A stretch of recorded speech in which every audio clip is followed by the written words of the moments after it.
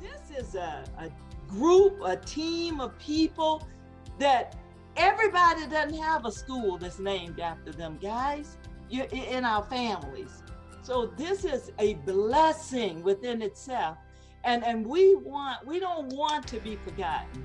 And we want people to know who we are, right? So we don't ever want people to forget. Hey everyone, my name is Ashley Ray Mathis, and I am privileged to be here to speak on behalf of my sister, Tia Mathis Coleman, and our father, Raymond Mathis. We definitely come from a family of educators. Much like most of you guys said earlier, I think it's very true to say that my mom's first love is kids, and I think maybe her second love is probably Booker Elementary. And so, you know, and all of you guys talking about Kermit Roosevelt Booker, that just rang so true, I think, for Tia and myself.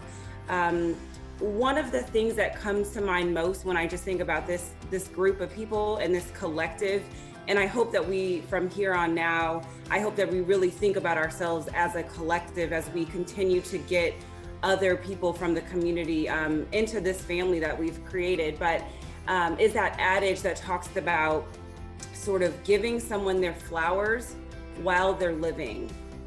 And Tia and I think we have witnessed my mom's her zeal and her passion for educating kids and for educating families for many, many years and for many decades. And for us, our way of honoring her, of truly honoring everything that she's done over many, many years at several different schools, often as the only person at that school fighting for kids, was to have a school or to propose a school be named after her. And I just want to start that we called him Bob, but his real legal name was William. And he was just so proud to have a school. It was one of the honors that he really just enjoyed and appreciated. And the school opened up in 2005. And I just wish he was here long enough because I could just visualize him walking through the corridors and talking to all the students. And he would have been very involved with the going on of the school. And he had many, many achievements. And it was just so many, I just couldn't bring them. I looked through the catalog, I looked at some of the books. But his biggest honor, like I said before, is really being the namesake of William Bailey Middle School. So glad to do this in honor of my mom, SHIRLEY BARBER. The school opened, I think, in 2018. And gosh, what can I say? Mom, the motto that she had, and as an educator after 50 plus years, 38 in Clark County, was educate the whole child. And even more today than it was back in 1996 or when she started, it's educating the whole child and bringing in all these partners like the parents, because that's where education starts, is at home. And bringing in not only the parents, but the teachers, the principals, the community, which she did strategically, and bringing in state and local government and other officials within the state to come and talk with the kids. And knowing that the future starts with education at home, with pre-K, with everything up through not kindergarten, but through 12th grade, it was important that, again, educating the whole child. And a lot of the things she started, not only as an activist, but as an educator, as an administrator, as a trustee for 12 years, a lot of those things still stand today. So the legacy lives on. And what I hope to bring to the table, as well as my siblings and my dad, is to keep the legacy alive and the importance of education, you know, because it is our next generation that we are bringing on board. And more than ever, you know, with all of the social injustice that we've seen come to the rise the last 4 years, but recently, more than ever, it's so important to go back to education and what that means. And one of the things she fought for as a community activist, as somebody trying to right the wrongs of social injustice and economic injustice, is we now are back there again. It's something that we're always going to continue to do, to educate our kids, to educate the parents and the community, to keep those partnerships engaged, because that's so important. In Clark County, as it was in 1996, my mom first started on the board, It was the 5th largest school district in the nation. Today, it is still the 5th largest school district in the nation with over 328,000 students. So she would be proud and honored as to what Clark County is doing, not only with her accomplishments and but with what you guys are doing there in education and with leadership there. And gosh, I can't say enough. I'm proud. I'm a product of the public education and from Clark County, and I can't say enough. She'd want this to continue. I'm proud to be a part of it and to continue the fight. And again, with the civil unrest, to keep that going, to educate our students and our teachers and our parents, to get engaged. I'd like to see the Clark County Academic Center that she started and stay there and probably have more of those, because I think that was something important also is the community and bringing the community in and giving the at-risk kids, advantage and things that we didn't have. So I'd love to see this continue. I'm glad to be a part of it. I do, as a part of her legacy, work with many foundations, both in Clark County and in Los Angeles County, where I live and reside, behind the scenes. I'm not an educator by profession, but I do read to the children. I do go out and mentor. It's something Mom had all 4 of her children do as we went through the school districts, whether we were in high school mentoring to the elementary students, whether we're in college and coming back and mentoring to the high school students. I still do that today to be of service and, to bring education and show them it's the light and the way. The other motto that Mom had, and it's something we remember as children, is do the right thing. That was one of her things. And I know Martin Luther King also had a saying and a quote, one of his quotes, and I'll read it to you. I don't have it memorized. The time is always right to do the right thing. If I cannot do great things, I can do small things in a great way. Change does not roll on the wheels of inevitability, but comes through continuous struggle. And again, getting back to where we are with racial injustice and doing the right thing. These are things we have to continue to do as educators, as people of color, to educate all children, and to keep that going forward. So I'm just really proud to be a family member of a namesake and my mom in her honor. So thank you. Thank you. Okay, I can't tell you how pleased I am to be the most recent member of this very elite club, and I'm overwhelmed. And obviously, having just known about it for a couple months, I'm still walking on clouds. And it's and obviously as a non-educator, it's even more special for me because I've always loved education, and I'm a product of the Clark County School District, and I have so many memories of all of my teachers who, a lot of them are now namesakes, Mr. Fitzgerald, Mrs. Hogard, and teachers that actually taught me from Doris French was my first grade teacher and my principal. So I went to West Side School from a 6-year-old kid through the 7th grade. I'm kind of nervous, could you tell? Through the 7th grade, and I went to Madison School my 8th grade year because that was the first year that Madison was open, and now it is now the Wendell P. Williams School. And Henry Moore was my teacher, was my 8th grade teacher. Mabel Hogard was my 2nd grade teacher, and had probably the biggest impact on my life of any adult that I was around as a child, because she made me believe that I could do anything I put my mind to do, and if I just gave it my all. And even when they called my name for the school namesake, it still broke my heart that it's something that she couldn't witness. And I know how that works. Age usually goes first. But I'm, as I said, I'm a product of the Clark County school system. And when I graduated from Vegas High in 1958, we were in the top 2 in the country. So every time I think about that, it breaks my heart, because our district was head and shoulders above. And And and for the few things I've been able to do for the district, it's my heart's desire to see us get back to that at some point, because we did it then and we can do it now. And I went to Rancho High School my freshman year, and because that was the first year Rancho was open. And it was the funny thing, I befriended a little girl named Arlene Christensen, because I thought I had all these new friends I needed to know, because it was the first year I went to an integrated school. And Arlene said, "Hannah, everybody likes you. You should run for a student body office." And I looked around and there were probably 12 or 15 Black kids, and I'm thinking, I'll never get elected. So I kind of froze and didn't say any more about it. So a week or so later, she came back and she says, "I'm making your posters and I'm going to be your campaign manager, and you're going to win." And of course I was,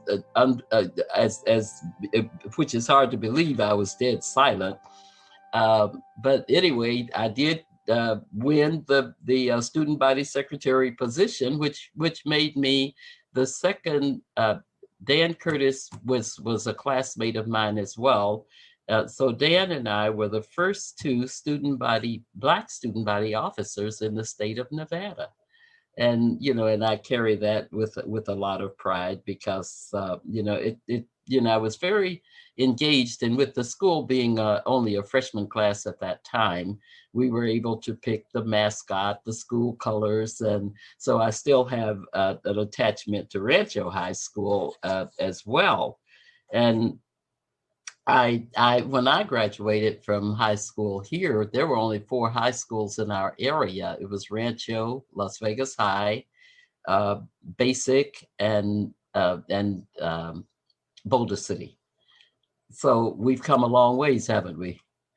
But anyway, I have, one adult daughter, and my career was I started with Western Airlines. I was the first Black person to work in a public contact position for a major airline in Las Vegas. And then my career just kind of leapfrogged until I became the first supervisor at the Las Vegas ticket counter, the first manager for Western Airlines, female Black manager, and then the first female Black manager for Delta Airlines. And the creme de la creme was becoming the first Black regional manager for Delta Airlines in our customer service department. So that was overwhelming and very rewarding. So after being in Atlanta for about 5.5 years, the position became available at the ticket counter here for me to become manager of the Las Vegas ticket counter, where I came from. And my mom was really ill at the time, so I thought it wise for me to return home. And thank God I did, because she passed a year almost to the day that I came back home. But anyway, from there, I started getting back involved with the community again, and through my community, a lot of the community work that I did, I was able to become involved with the education department, with the education system here. And that has been very, very rewarding for me, because, I've done a few things that I'm pretty proud of with the education system. And one of my most fun things was having a Saturday school at Matt Kelly. And we took the 30 lowest scoring students and tried to bring them up to grade level. And I had so many people tell me, "Oh, you'll never be able to graduate." I mean, get all those kids up. And I said, that's okay. If we help one child, then our work will not be in vain. So, but we were able to help a good percentage of those children get their reading and math, at a level that was respectable, because a lot of those children, unfortunately, didn't have people at home to help them. And we were, as a matter of fact, I went and picked up a boy one morning, and one of the teachers looked at me and said, and she was kind of surprised that I was willing to go to this kid's house on the west side. I said, I was raised a few blocks from here. I won't ever be afraid to go to the west side. So anyway, that turned out to be very rewarding. And then while on the Centennial Committee, I was able to secure a $4 million grant to start the renovation of my little West Side school, which I was so proud to have attended. And it's now a cultural center, and it's doing really well, and I'm extremely proud of that. And then I've done a lot of work with the colleges and universities here. I just termed off of the Nevada State College Foundation Board after, because after 10 years, you're no longer eligible to be on the board, but I'm still active with the college. And I've worked a lot with diversity with UNLV and CSCN. So I've really I've given as much as I can to education, not being an educator, and with the respect that I was able to gain with the school being named after me is absolutely overwhelming. I'm Dr. Gloria Krause, and I'm married to Ronald Krause. We have 2 children, Cherie Santiago, Keena Krause, and we have 3 grandchildren, Andre, Destiny, and Xavier. And we are the niece and nephew of H.P. Fitzgerald. We are so grateful and so thankful for being a part of this Black History Month to celebrate our uncle. As we celebrate Black History this month, we celebrate H.P. Fitzgerald. H.P. Fitzgerald is survived by 2 brothers, Henry Fitzgerald, James Fitzgerald. Henry is 100 years old and James is 98 years old. And we're so blessed to have them in our life at this time. As we celebrate Black History, we celebrate Hugh Diller Paris Fitzgerald. That is his name, but many called him HP or Fizz for short. As we celebrate and honor H.P. Fitzgerald today, we celebrate his legacy. H.P. Fitzgerald, he served in many areas in his life. He was in the Army in World War II. He received the Bronze Medal, and we're so honored to know that he was a part of our family, and we love him dearly. After the military, he began his career in education, in which he devoted 25 years in education and administration. He became the first African American to graduate from UNR, the first African American principal, vocational teacher, art teacher, community college instructor, first to work as an Employment Security Department area manager, first African American to serve on the draft board, and first African American in building contractors. Because of his devotion he had for education and the community, H.P. Fitzgerald School was built and dedicated in his honor. H.P. loved the school, and he loved the staff. He loved the students. He loved going there and being a great part of their day, and they loved him back. H.P.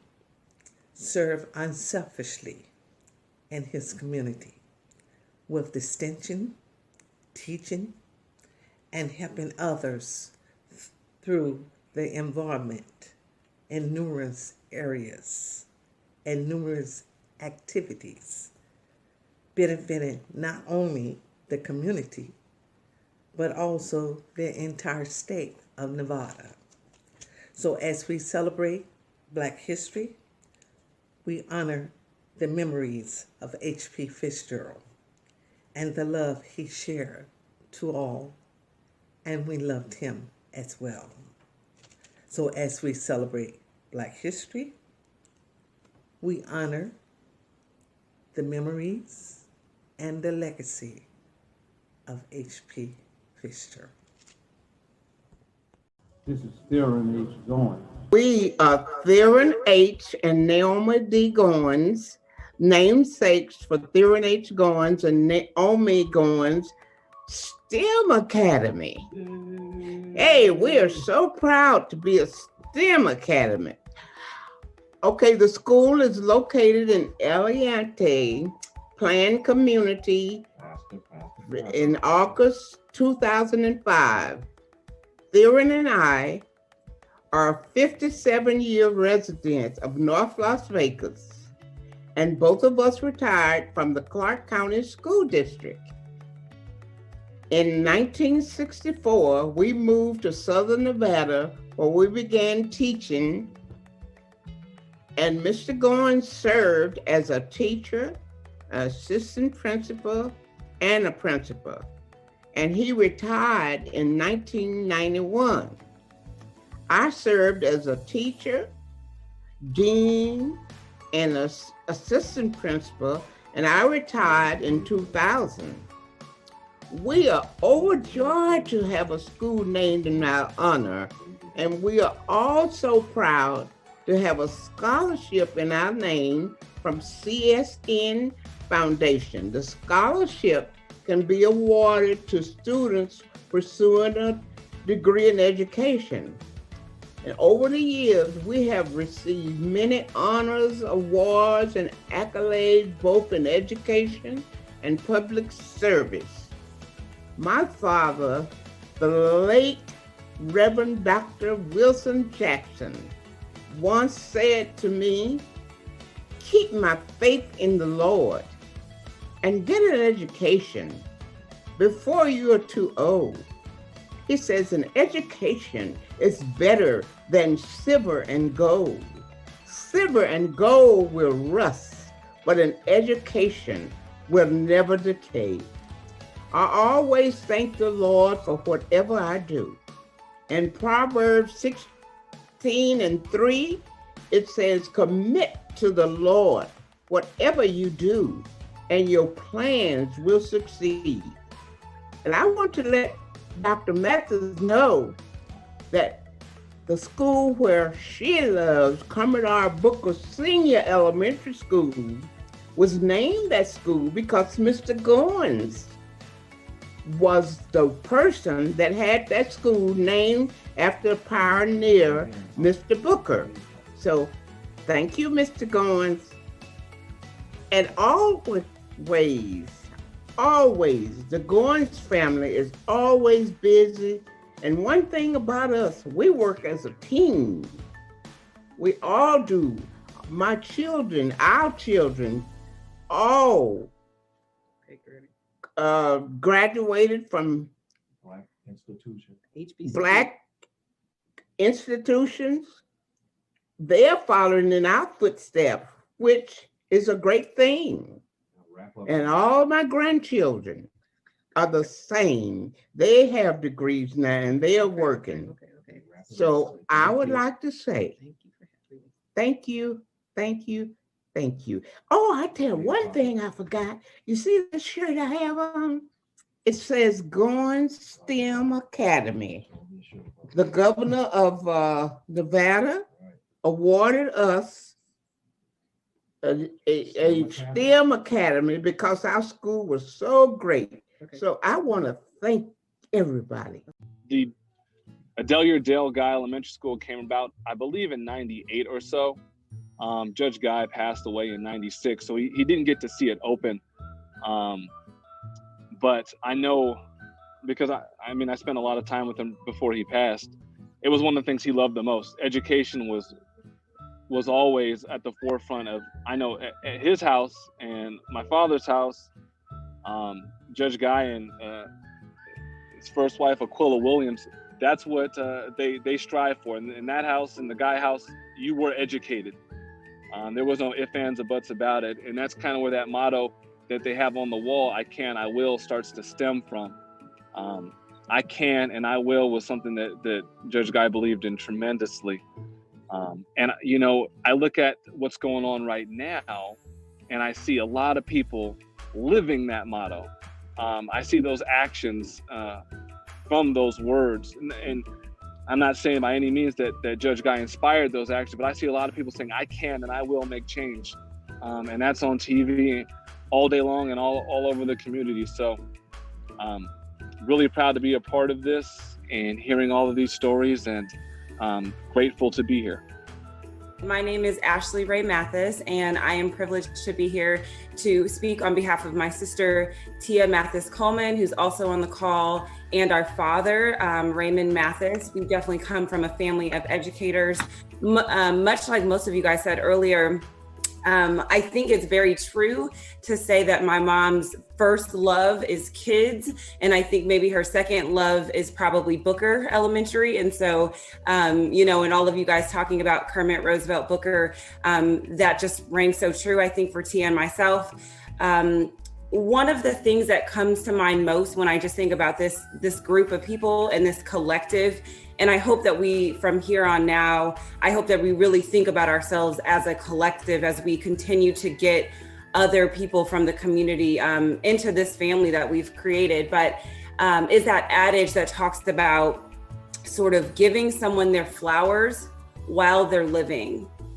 And Tia and I think we have witnessed my mom's her zeal and her passion for educating kids and for educating families for many, many years and for many decades. And for us, our way of honoring her, of truly honoring everything that she's done over many, many years at several different schools, often as the only person at that school fighting for kids, was to have a school or to propose a school be named after her. And I love that in Nevada, there are hundreds of schools and they're named after politicians and named after community members. And all of those namings are special. I think that there is something exceedingly exciting and special about naming a school after an educator. And that is something that we wanted to sort of gift to our mom and the community, right? And so we were extremely happy when that proposal came to fruition. You know, words that kind of come to mind when I think about what this means for our family and Las Vegas is legacy, right? After Beverly Mathis passes on, what will she leave? What has she left? What has she given? And it's just legacy. It's legacy for her now granddaughter, Hunter Grace. It's legacy for Hunter Grace's family that will come decades to come. And so we're building legacy, and that's so incredibly important. You know, the Goynes family talked about, you know, the We Are family, and all of us kind of come with us. I think it's really nice that we have, I was just texting with my sister. I'm like, oh, I'm so happy that Christopher Guy is on, right? And so I think it's important that our families are as involved on campus so that that legacy really is living, right? So that it's not this distant memory, even when Dr. Mathis is no longer physically here with us, that people at that campus and at our schools, they see her granddaughter and they see her great niece and they see, you know, all of those people. It is important for our family to give back. Tia and I, along with Raymond, consistently are thinking of ways to just give to the teachers and to the faculty members. They probably hear from us way more than they want to, but they're just nice, so they don't tell us. But it is important that they know that we are there as partners in education. It's important that they know that we care about who they are and the legacy that they are leaving and adding to the school. And so for those of your families that are giving back and reading on campus and connecting with the teachers, definitely keep doing that, because I think that that's important. And I just want to thank, my mom. I feel like she's over there talking. She's muted, thank God. But I want to thank my mom because Tia and I talk about this all the time. We're like, is she ever really going to retire? Is that a thing in her life? But I love the fact that she literally, I feel like in the next few years, she will have retired 2 or 3 different times.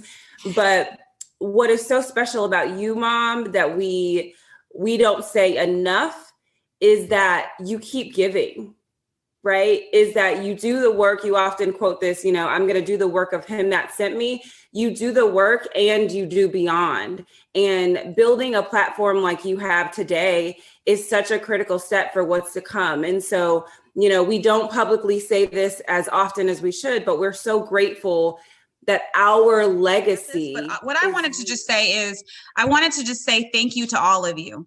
Because, when I look across my screen, I see, one of my mentors and my former boss, Mr. Williams. I see the Goynes family. I just see such strong community leaders. And on behalf of the Las Vegas community, I just want to thank all of you.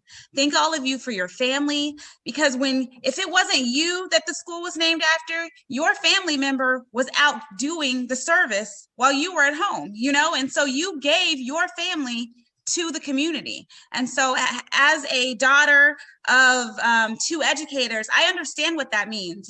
You're sharing your family member with the community, and our children will be better off because of it. So thank you so much.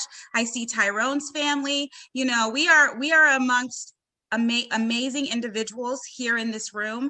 And I just want to thank all of you for the service that you've done for the Las Vegas community. And I look forward to seeing great things from all of the school namesakes. So thank you for allowing us to be here with you today. And, just thank you on behalf of our entire community. Thank you for the work that you've done. God bless.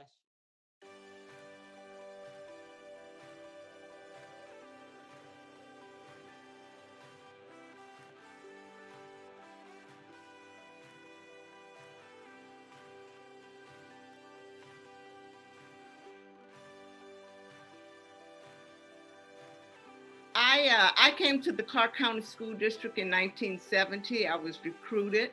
I'm a graduate of Dillard University, New Orleans, Louisiana, my hometown. When I came here, I served as a kindergarten teacher for a year and then a first grade teacher for 2 years. After that, I was encouraged by my principal, Neil Twitchell, to consider going into administration. So I took a year leave of absence and became the first graduate assistant at UNLV in the Ed Administration Department. That paid for my tuition for graduate school.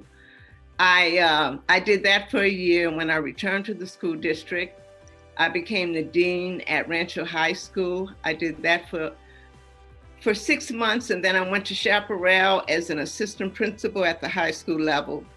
But my passion was at the elementary school level, so I returned back to the elementary level as a principal at Red Rock Elementary School. I did that for 7 years, and then I went to Paradise. I was there for 3 years as the principal, Paradise Elementary. And then I had the opportunity to open 2 new schools in the Clark County School District, Estes McDaniel. I was there for 9 years, and then I opened John C. Vanderburg Elementary School. While at Estes, I have a real passion for science at the elementary grades.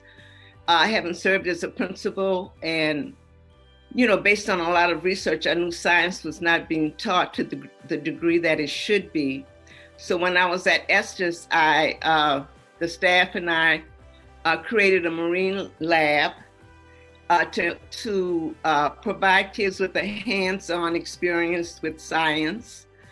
And when I went to John C. Vanderburg, we built a rainforest biosphere. It was a $1.3 million project. It is still the #1 field trip destination in the Clark County School District. The marine lab, the biosphere, which houses plants and animals from rainforests across the United States.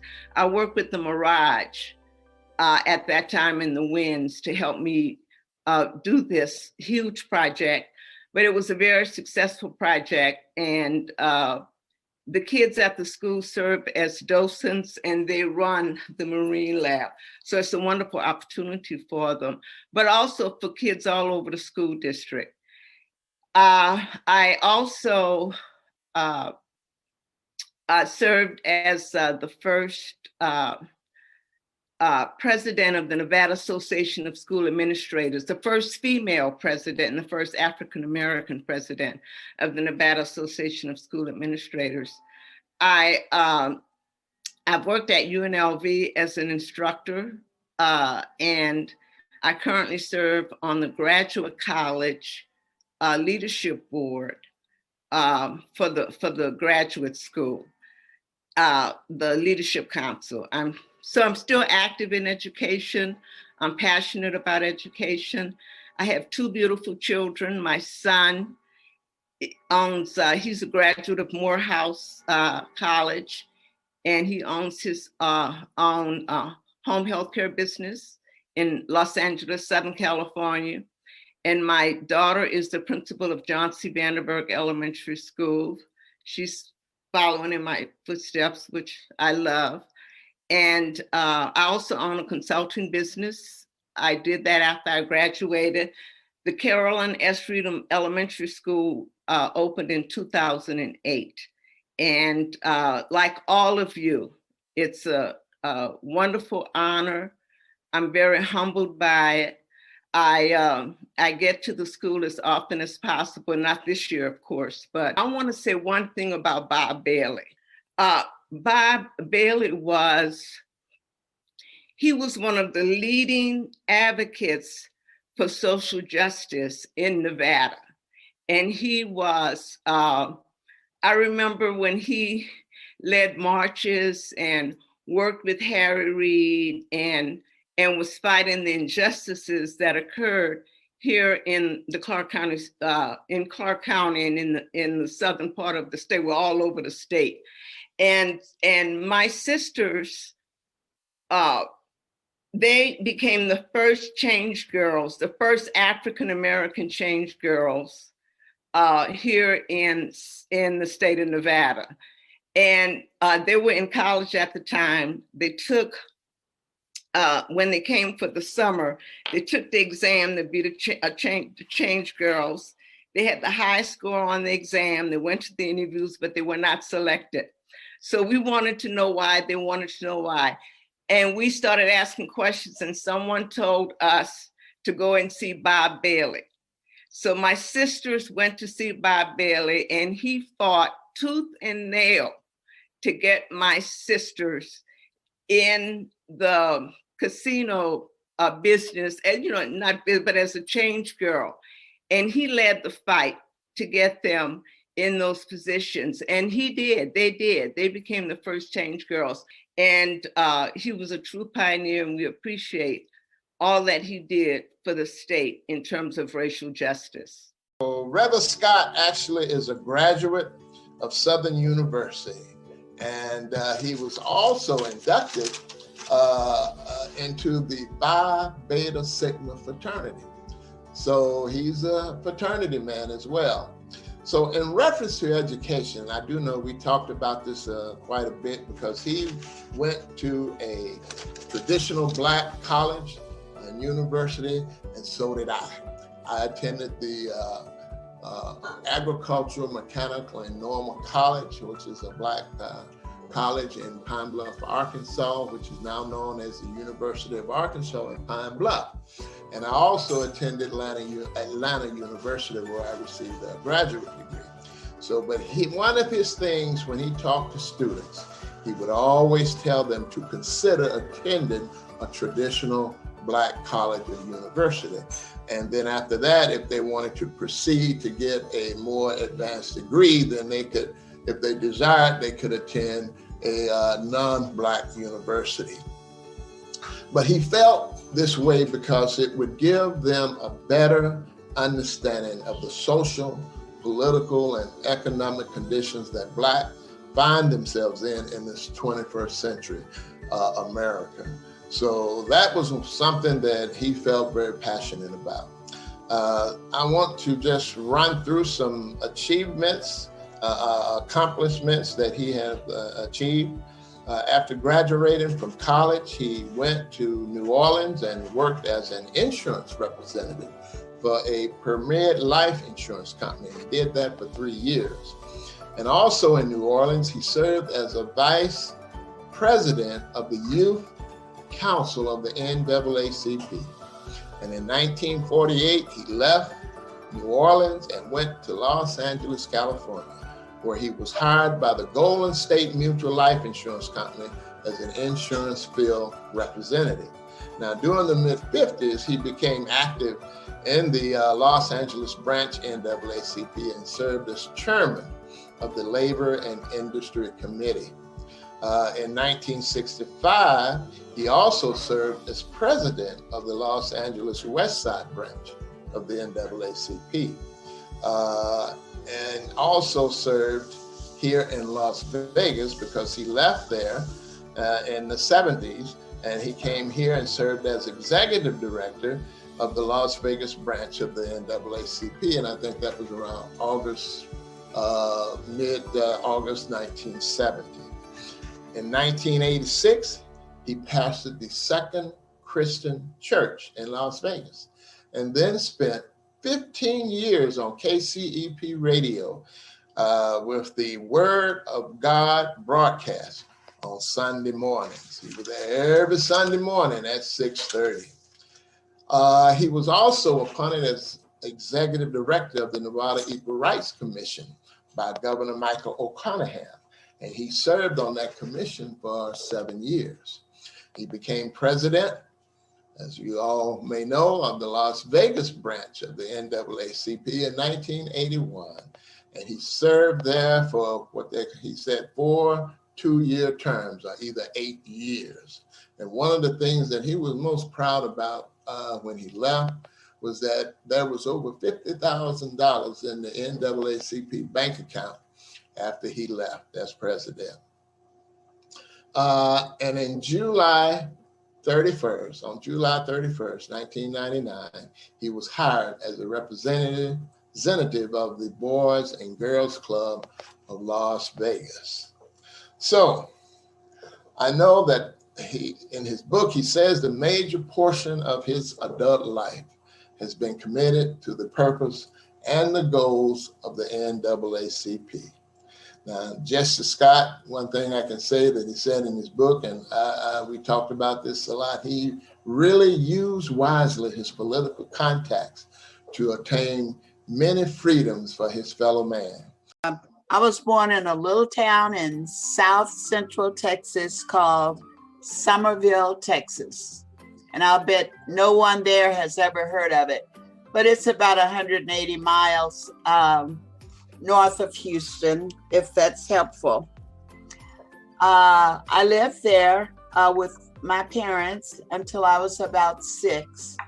And after my father died, my mother had to move to a larger city where she could find work to take care of her 2 girls, because, you know, back in that day, wives didn't work except in the home. So she had to make a move, and it was a good move for me. I received all of my education in Texas, except for the master's degree at UNLV.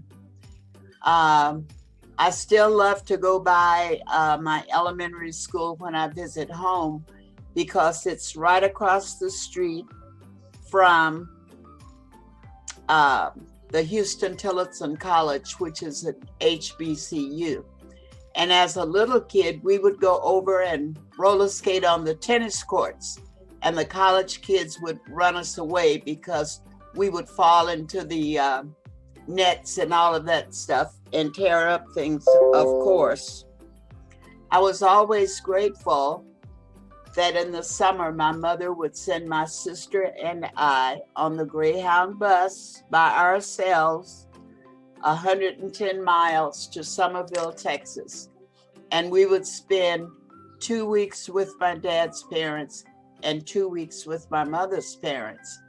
And I'm grateful because since she did that, I know all of my first cousins on both sides. And that's unusual, I guess, when people move away from where their home place is. I graduated with a Bachelor of Science degree from the University of Texas in Austin in 1963. And I moved to Las Vegas permanently in 1964 and started work as a social worker. Back in that day, if you had a degree in anything and could pass the civil service exam, you could be hired as a social worker. And I'm also proud of being one of the organizing members of the BCon Baccalaureate program for graduating seniors. In addition to that, Mr. Goins probably remembers that I chaired the Civil Service Board in North Las Vegas for about 13 years. And the thing that I am most proud of now is that we were able to get into the code that chokeholds were not permitted. So I assume that that's still there. I've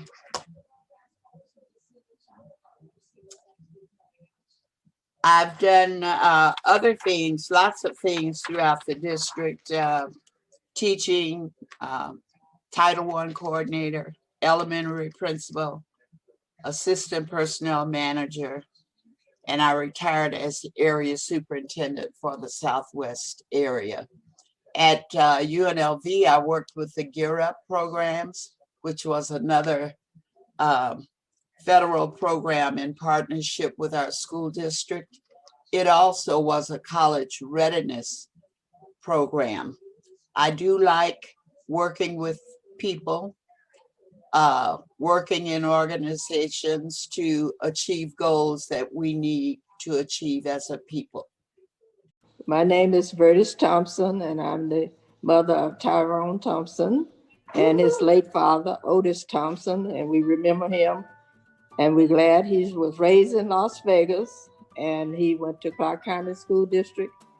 He was the only little boy who was bussed out in kindergarten from the West Side.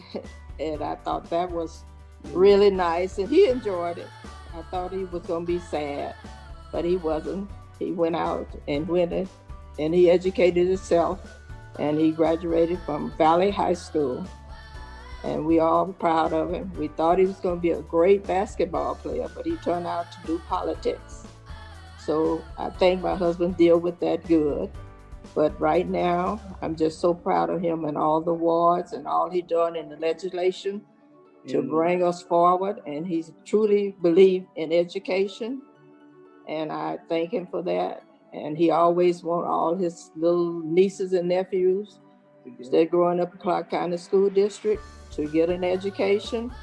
And if they didn't do right, he would get on them and try to make them improve themselves. So I'm just very proud of him, and he did so much for the community that I think, especially for West Las Vegas, he stayed into his neighborhood and he agreed with his neighborhood. And I'm so proud of him today, and I just know that the school is great, just great. And I can't thank God enough for him and my daughter, Sonia Mason. She stand by my side, even though she keep me going. So I thank God for that. And now Sonia will have something to say. Thank you, Mrs. Matheson. You will keep me informed. Well, hello everyone. I'm Sonia Mason. I'm Tyrone Thompson's sister. We are a product of Las Vegas, Nevada. Tyrone was born and raised, like my mother said, in Las Vegas. We grew up in North Las Vegas, and we grew up just him and I to my mom and dad union. But the Thompson is a big family, and we was brought up and raised in a loving, caring family. And one thing I look back on my life was we was instilled with education. It came from the grandparents. You know, you got to get an education because that's the valuable that would take you wherever you want in life. So we grew up in Valley View. Tyrone graduated from Valley High School. Then he went on to Northern Arizona University, where he graduated with his bachelor's, came back to Vegas and started working. He was a social worker. He was a homeless coordinator. He worked 25 plus years as a public servant. He poured a lot of his knowledge and leadership to the youth around the community, especially in North Las Vegas and other atmospheres around the state of Nevada. Then in 2013, he became the Assemblyman Tyrone Thompson. That was a big goal for him because then he could use his voice. He always had a purpose in life, and the purpose was to give back to the youth in the community. He saw fit where he always was there to help motivate. He was a great mentor. He relied on mentoring the young men, especially around the community, to give them hope and dreams of bettering their lives and their situations. So he was always there to give that purpose, and he believed in them. He was an activist, an advocate for everybody involved. He was always there. Yes. Like Erica Badu said, call Tyrone. Everybody called Tyrone. When they needed help or needed some guidance, he was there to give it to them. He used his political background to gain the leadership for the youth and for Las Vegas and Nevada. He became, his title was chairman of the Education Committee. And he loved that because that's where he knew he can work and give back to Las Vegas. And that was his passion at the time of his passing. So with that being said, he always gave his heart, his passion for what he believed in, what was instilled in him from a youth. So it's an honor, it's a pleasure that he has a school in his name. Yes. He didn't get a chance to see it, but God knows he's smiling down on the Tyrone Thompson Elementary School. Which is It is a state-of-the-art elementary school, and Mom and I go there several times, go check it out. We well known, and the principal there has that passion of Tyrone's dreams. We can see it through the school. It's just like, it's Tyrone. What a blessing. What a blessing. And with that being said, he was, I don't know if you guys know, he was a fond lover of Whitney Houston. And he always, his quote would be, I believe in the children are the future and let them lead the way. He believed that, he died on that. And what I can say about my brother, I just so miss him, but God knows he did his work on earth. Yeah. He did what we all should do. Yes, Lord. Okay. Thank and with you. that being said, excuse me, we also got a scholarship. The Clark County Southern Nevada Community College has a scholarship in Tyrone's name. And University So of Phoenix. we're just so blessed to continue his legacy on working it, on making sure he's out there because he deserved it. And everybody else on this deserve their names to be out there. Yes, we Lord. need to be recognized, and we are. Let's continue our journey. Thank you. Thank you Bless. from the Thompson family. Bless God everybody. bless. Thank you, guys.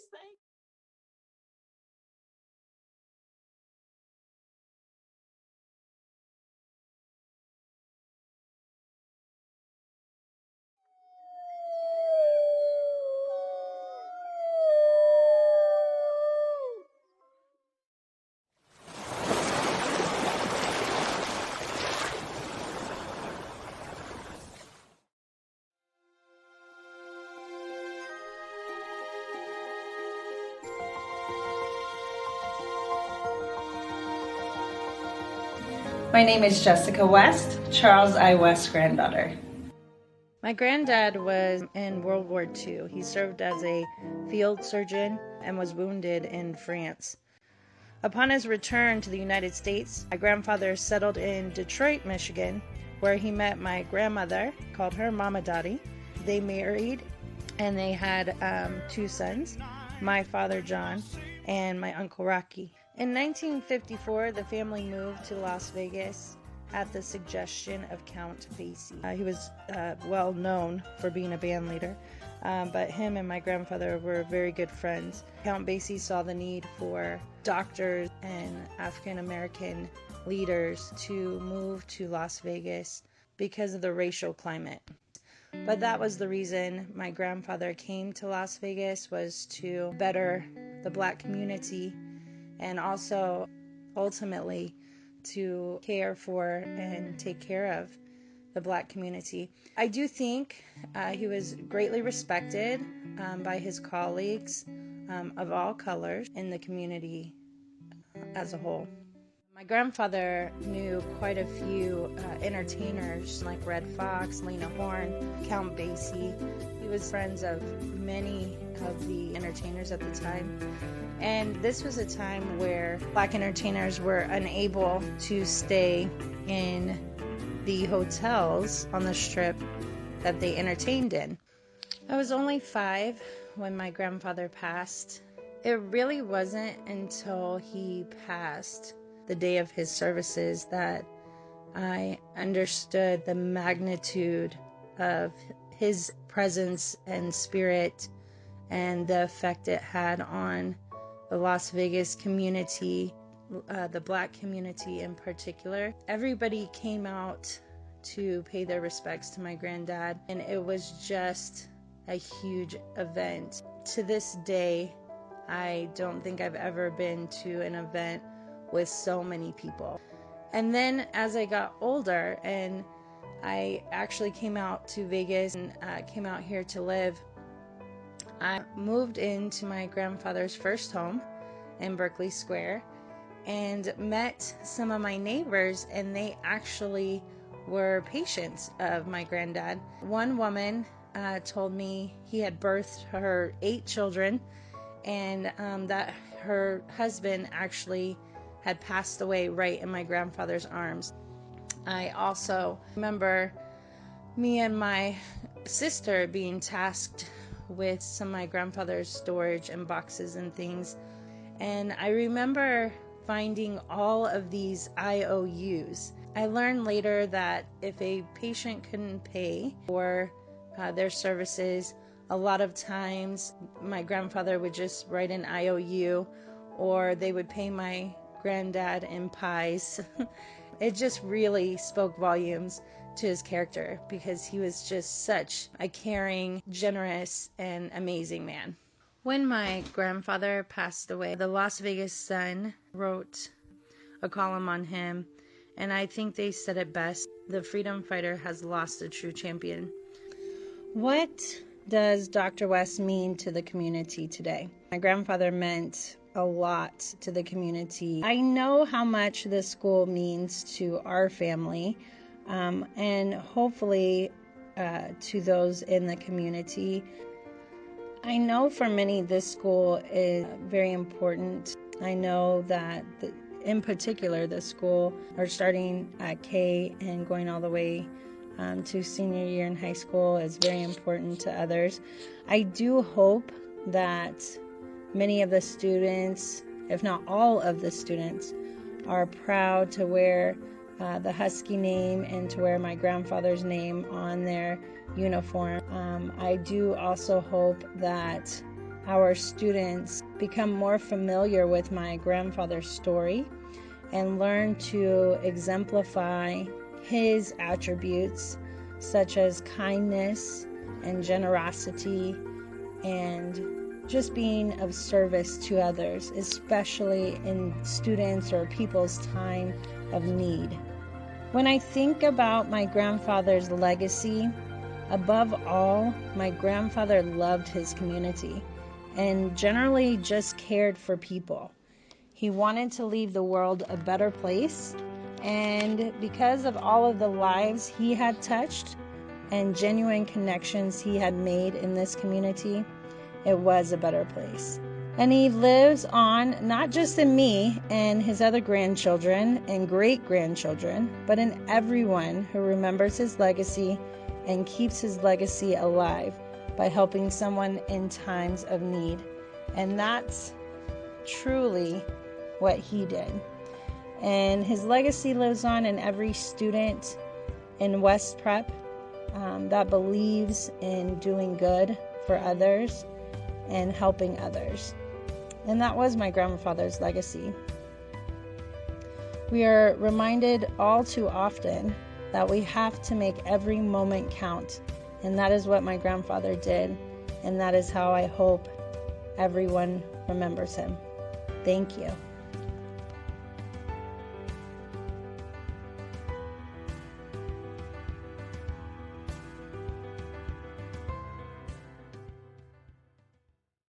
You know, Mr. Williams, as you're coming on, you know, I have to say, every time I think of Wendell P. Williams, the name, the man, I think of, hey, he is my friend, because Mr. Williams is the reason that Kermit Roosevelt Booker Senior Elementary School was rebuilt in 2007.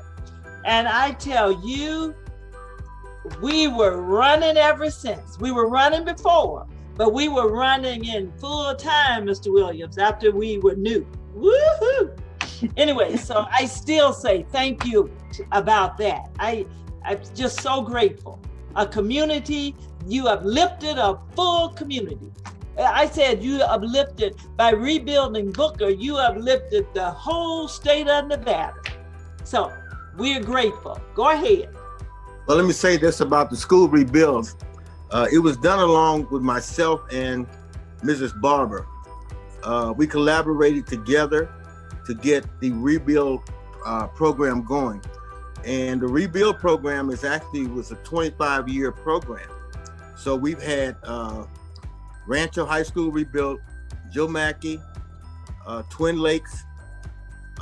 We've had 15, and now the Mabel Hogarth is being rebuilt. But all these schools are being built by a plan that Mrs. Shirley Barber and I put in place that is a 25-year plan. So the plan goes on, even though I'm out of office. We keep seeing the schools that were built in the early 50s being rebuilt, and people in those neighborhoods have been paying taxes since the 50s, and all they get is a facelift. And if you move to a neighborhood that's suburban, if you will, for lack of a better term, haven't paid any taxes, then you get a brand new school. So we put a plan together to rebuild those schools, and Rancho High School is one of them. But I want to say that a lot of things that I've done that people say should be noticed or should be amplified. The greatest achievement for me in my whole life, even though I'm proud of the school and other things, is for Ms. Zelda per year to accept my hand in marriage when she married me 26 years ago. It was the greatest thing I ever done in my life, to get her to convince her to marry me. So she's here today, and I want to get her to say good morning and hello. Whatever. Good morning, everyone. I'm Zelda Puryear Williams. I'm the wife of Wendell P. Williams. And I'm just gonna take you back. We're both from Louisiana, small town in Tensas Parish, 10 miles apart. Wendell was born in St. Joseph, Louisiana. And on his road to greatness, I just want to share that we have to talk about his mom, Miss May Williams. She was an educator. She graduated from Grambling University, which is located in the northeastern part of Louisiana. She was a Gramblinite. Well, as you know, Wendell is a Southernite. He graduated from Southern University. Well, my mother said that even though my mother graduated from Grambling, she wanted better things for her sons, so she sent us to Southern University, which is the largest HBCU in the nation. But I do want to share that as a little boy, Wendell's mom, she would let other educators reside with them and and one of his heroes. That's why he became an educator, because of all, he was surrounded by teachers. And as a little boy, he played baseball, he played the piano, he played the trombone. I mean, he was just surrounded with the arts, so he excelled. And he received his master's degree from Southern, and he came to Las Vegas. Well, he kind of bypassed Las Vegas. He went to California for a while, came back to Las Vegas, worked at Doolittle Community Center.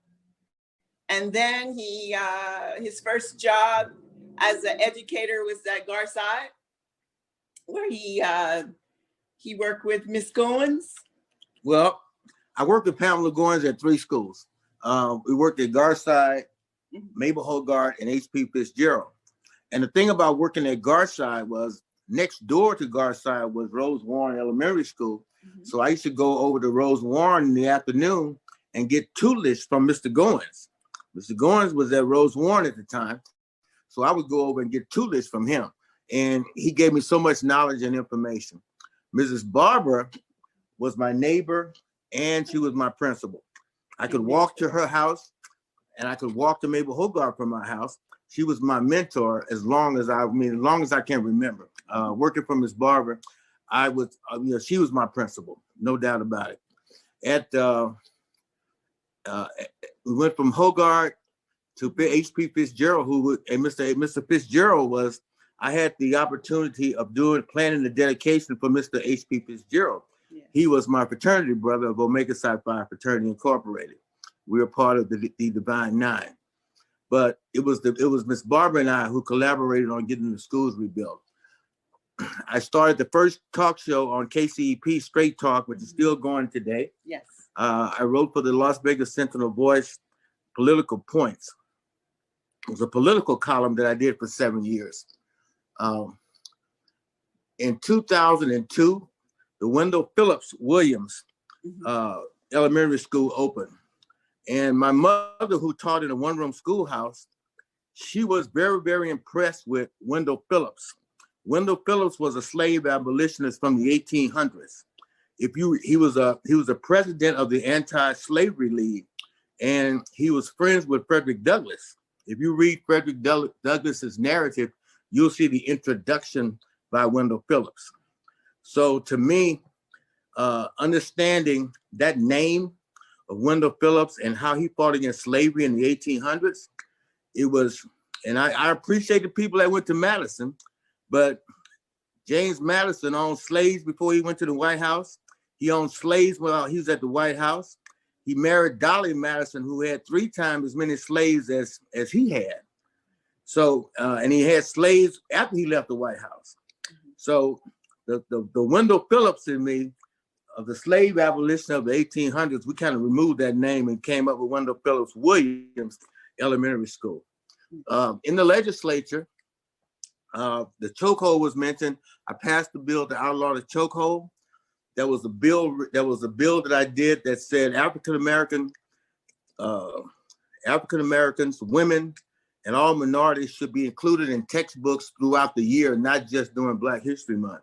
That bill passed, and it's highlighted in a book called The Essential Immigrant by a guy from Ohio. And the reason he thought it was sort of a dichotomy was the fact that McCarran, who the McCarran Airport is named after, he fought against immigration. We came with legislation in the legislature to include it in the textbook. So you shouldn't have to really have Black History Month. You should include it in the lessons throughout the year. And so I served as the first speaker in the Nevada Assembly. Like Mr. Thompson, I chaired the Education Committee for 16 years, served as Speaker, Majority Whip, and Speaker Pro Tem. And I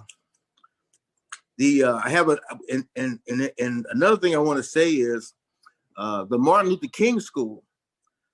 We are the Martin Luther King Committee of Las Vegas that I serve as president. We are the family in Nevada for the Martin Luther King School. The King family in Atlanta, Georgia indoctrinated us as an organization to serve his family for the namesake of the Martin Luther King Elementary School. We planned the dedication, we did the dedication. So we sort of worked like a dual capacity with namesakes, if you will. I'm so honored to be a part of this. And, you know, I hope everybody stays together as a family. And when I mentioned the Goyneses and Tia Mathis, Beverly Mathis' daughter, was my intern in the legislature. We can't escape each other. You know, we're tied, as Dr. King said, by an unescapable network and fiber that binds us forever. And we want to be that way all the time. My brother, who taught here, taught at William H. Bailey Junior High School when he was alive. He taught at Bailey. So, you know, as a matter of fact, I called Kim and Charles last night to check on Miss Anna Bailey last night. So they're always on our mind. Everybody's on my mind. Beverly Mathis, again, I remember when she used to take the bullhorn and walk through the community and tell parents to get up and get those kids to school. So I respect, and everyone, all of you have served as a role model for me.